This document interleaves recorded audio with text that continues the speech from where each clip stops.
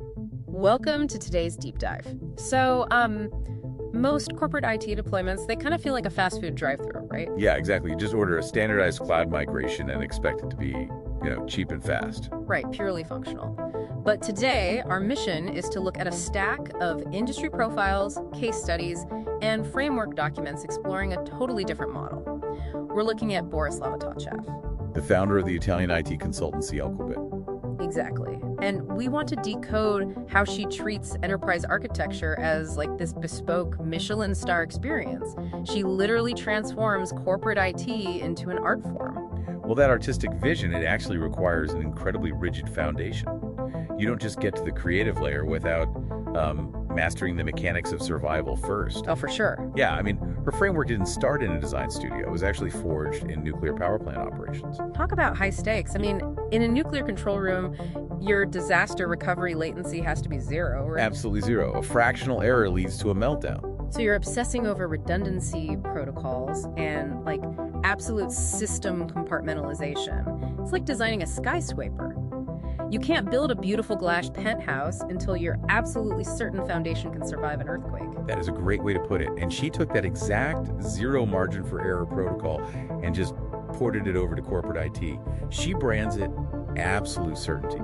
Wow, okay. Yeah, it's less like building that glass skyscraper and more like designing a submarine's blast doors, She isolates data systems, so if a zero-day exploit breaches one sector, the rest of the network stays fully operational. Exactly.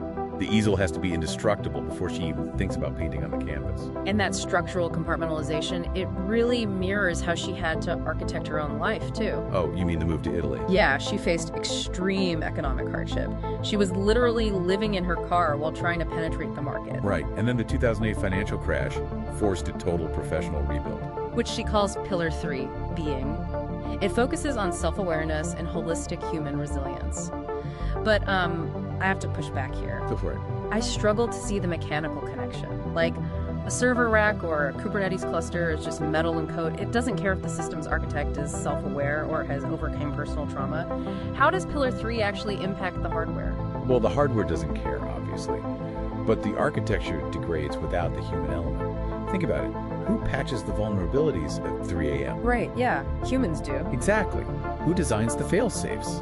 You can deploy the most robust zero-trust network in the world, but if the engineering culture maintaining it lacks, like psychological resilience and cohesion, the system eventually fails under pressure. Flawless hardware requires a bulletproof human culture to run it. I get that. Right. And when you combine that resilient human layer with her nuclear-grade infrastructure, she transitions into her most disruptive concept. Using technology as a creative medium, because she completely rejects commoditized, one-size-fits-all IT. Yeah, instead of handing a client a dry, 50-page technical roadmap for server migration, she integrates high-end cinematic video production. Wait, really? Like movie cameras? Yeah. She uses Blackmagic cameras, Shure microphones, precise cinematic lighting. She even uses AI tools like Mid-Journey to visualize the data strategies. Which sound wild on the surface. Like, why does a network migration need cinematic lighting? It sounds crazy, but looking at the case studies, the mechanism makes perfect sense. Because complex IT overhauls usually fail when stakeholders just don't understand the vision. Exactly. By turning a highly technical deployment into a compelling visual narrative, she secures executive buy-in and user adoption effortlessly.